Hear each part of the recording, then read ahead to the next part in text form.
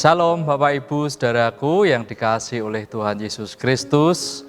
Bersyukur kita akan kembali belajar dan merenungkan kebenaran firman Tuhan.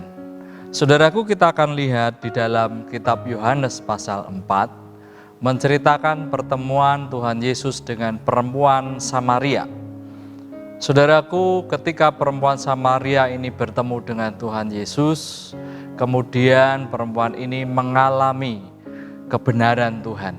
Saudaraku, di ayat yang ke-16 dikatakan, kata Yesus kepadanya, kepada perempuan Samaria ini, "Pergilah, panggillah suamimu dan datang ke sini." Kata perempuan itu, "Aku tidak mempunyai suami." Kata Yesus kepadanya, "Tepat katamu bahwa engkau tidak mempunyai suami, sebab engkau sudah mempunyai 5 suami dan yang ada sekarang padamu bukanlah suamimu. Dalam hal ini engkau berkata benar."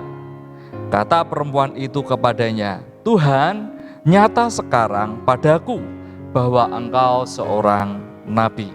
Saudaraku yang dikasihi oleh Tuhan Yesus Kristus, sebelum Tuhan Yesus menyampaikan untuk umatnya menyembah dalam roh dan kebenaran, ada satu pembelajaran yang bisa kita maknai ketika kisah perjumpaan Tuhan Yesus dengan perempuan Samaria ini. Jadi ada satu kondisi di mana bahwa apapun yang kita alami tidak ada yang tersembunyi di hadapan Allah. Dan Allah merindukan untuk kita itu terbuka kepadanya. Ya, kita boleh terbuka karena apa? Karena memang tidak ada yang tersembunyi di hadapan Allah.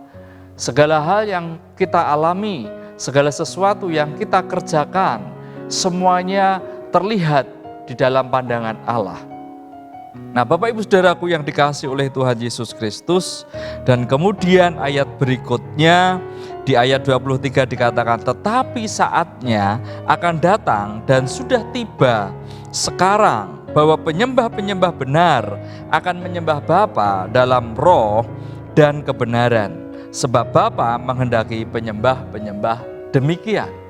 Jadi saudaraku, ketika kita mau belajar bagaimana menjadi penyembah di dalam roh dan kebenaran, kita melihat kisah kejadian itu. Ketika perempuan Samaria ini bertemu dengan Tuhan Yesus, di mana sebagai penyembah Tuhan, setiap kita harus menyadari bahwa kita mesti terbuka di hadapan Tuhan. Ketika kita datang kepada Tuhan, kita mesti mengerti dan memahami bahwa tidak ada yang tersembunyi di hadapan Allah. Sehingga kita datang kepada Tuhan dengan segala keadaan kita. "Tuhan, ini aku, ini hidupku, ini yang kupikirkan, ini yang aku inginkan, ini yang aku rindukan."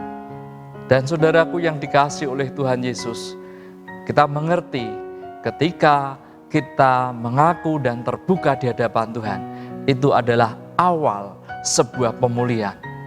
Dan karya Allah sungguh luar biasa di dalam hidup kita ketika kita terbuka dan kita mengaku di hadapan Tuhan akan segala keadaan yang kita alami dan kita lakukan di dalam kehidupan kita sehari-hari. Jadi saudaraku, sebagai penyembah Allah di dalam roh dan kebenaran, kita yang pertama mesti terbuka, mengaku segala hal yang kita lakukan, keadaan yang kita alami kepada Tuhan. Dan biarlah Allah berkarya dan bekerja di dalam hidup kita untuk memulihkan hidup kita. Saudaraku yang dikasihi oleh Tuhan Yesus Kristus, yang kemudian berikutnya di ayat-ayat selanjutnya, kalau kita baca di pasal 4 ini, di ayat 34, kata Yesus kepada mereka, "Makananku ialah melakukan kehendak Dia yang mengutus aku dan menyelesaikan pekerjaannya." Jadi penyembah adalah pelaku firman Tuhan. Penyembah dalam roh dan kebenaran, dia melakukan kehendak Allah. Bukan lagi hidup menurut keinginan dagingnya, tetapi dia hidup menurut keinginan roh. Dia melakukan apa yang dikehendaki Allah. Itulah penyembah dalam roh dan kebenaran. Penyembah-penyembah yang benar adalah menjadi pelaku firman Tuhan. Jadi Bapak Ibu Saudaraku yang dikasihi oleh Tuhan Yesus Kristus, mari mulai saat ini kita menjadi penyembah yang benar, yang menyembah Bapa dalam roh dan kebenaran. Artinya yang pertama kita terbuka dan mengaku di hadapan Tuhan akan segala keadaan dan situasi yang kita alami, dan kita mengizinkan untuk Tuhan memulihkan hidup kita.